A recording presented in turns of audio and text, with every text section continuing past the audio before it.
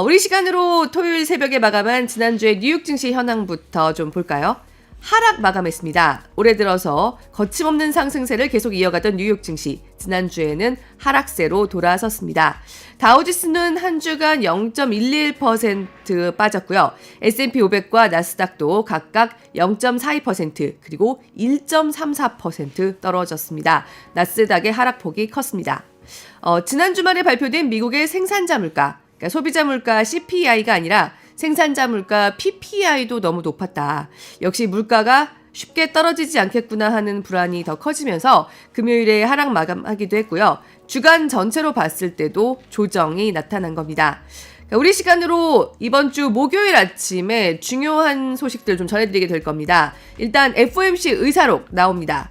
미국의 금리 결정권자들 의중이 어디를 향하고 있는지 확인시켜주는 잣대가 되면서 이번 주 장에 영향을 미칠 걸로 보이고요. 그리고 저희 안 그래도 2월 21일 기억하시라고 여러 번 말씀드렸습니다. 올해 들어서만 또 50% 넘게 오른 엔비디아가 실적을 발표하는 날입니다. 그런데 웬만한 실적으로는 엔비디아가 지금의 기대치를 충족하기 힘들 겁니다. 최소한 그래서 엔비디아 주가도 단기 조정의 계기가 오히려 될 수 있다는 전망이 우세합니다. 그러니까 일각에서는 엔비디아의 주가가 이날 실적 발표를 기점으로 해서 아래로도 11%, 위로도 11%까지도 움직일 수 있다. 사실 이제 시총 3위까지 올라선 대형주의 덩치에서 그야말로 어마어마한 변동성이 나타날 수 있다고 보기도 합니다.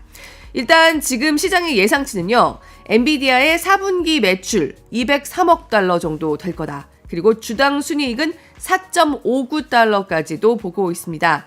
1년 전보다 각각 237% 그리고 주당 순이익의 경우에는 704% 증가한 수준까지 보는 겁니다. 그러니까 목요일 아침에 좀 더 자세하게 짚어드리도록 할 텐데요. 이 정도의 기대치를 충족한다고 하더라도 이와 똑같이 나오면 사실 오히려 소폭 조정이 나타날 그런 분위기까지 보이고 있습니다. 이런 가운데 금리 가보면요.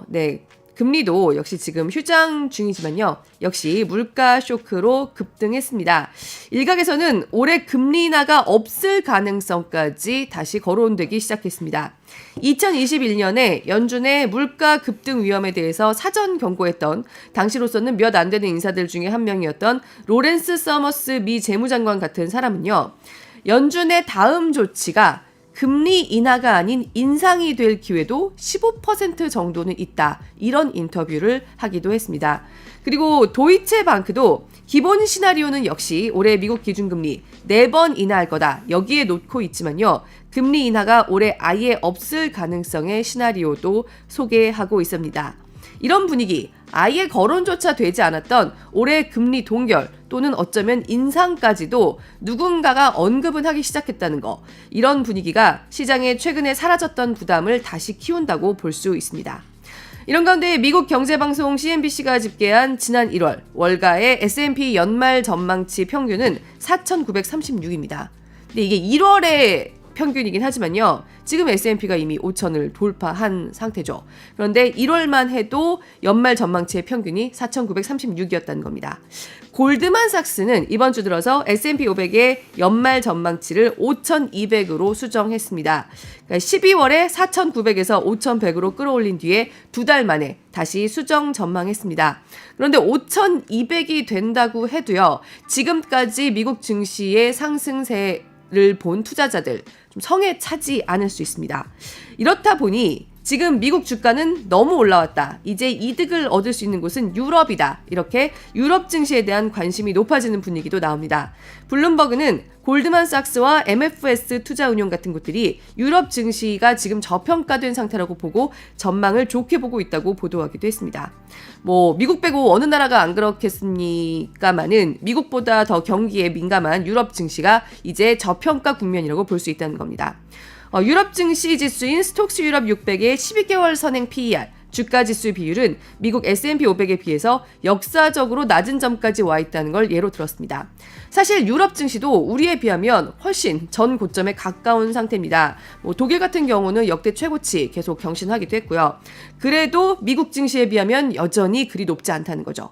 근데 미국에는 M7이 있듯이 유럽은 이른바 그래놀라스 얘기합니다. 오늘 얘기 나온 김에 조금 짚어보고 가면요. 일단 로쉬홀딩스 그리고 ASML, 네슬레, 노바티스, 노보노디스크, 로레알, 물론 모두 알고 있는 루이비통, 그리고 아스트라제네카, 사노피를 이르는 말들입니다. 이들 종목들이 유럽에 관심 가진 분들이 많이 투자하시는 종목들입니다. 이런 가운데 저희 오늘 가상자산 얘기도 조금 하고 가도록 하겠습니다. 비트코인에 이어서 이더리움도 급등하고 있습니다. 지금도 거래 중인데요. 좀 전에 살펴봤더니 2,960달러 선까지 올라와 있습니다. 근데 이더리움이 3,000달러를 넘은 게 2022년 4월이 마지막인데 지금 근접하고 있는 겁니다. 이더리움은 다음 달에 덴쿤이라는 업데이트를 앞두고 가격 급등세를 보이고 있는 걸로 분석됩니다.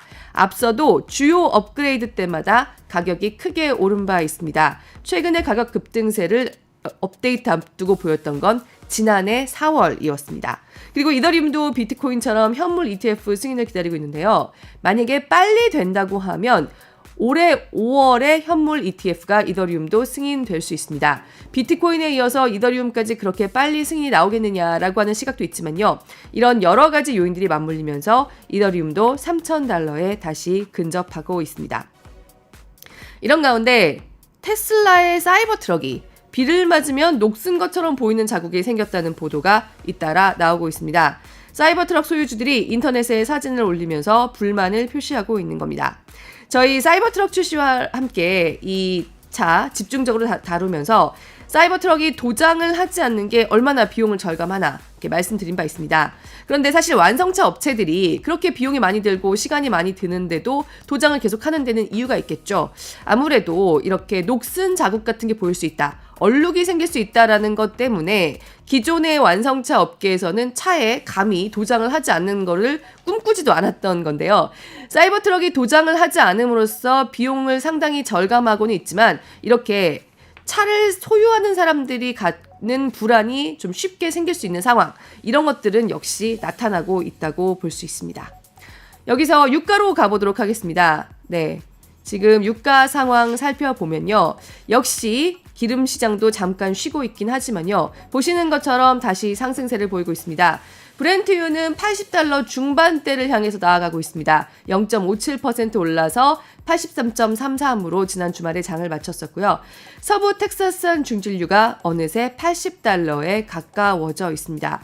사실 오늘 저희가 유가에 대해서 조금 집중적으로 짚어드리려고 합니다. WTI, 서부 텍사스산 중진유 같은 경우도 다시 야금야금 80달러에 가까워지고 있는데 지금 이런 상황, 그렇지 않아도 물가가 그렇게 쉽게 내려가지 않을 걸로 보이는 시장 분위기에서 어떤 영향을 미치게 될지 박상현 하이투자증권 전문위원과 함께 오늘 집중적으로 좀 살펴보도록 하겠습니다.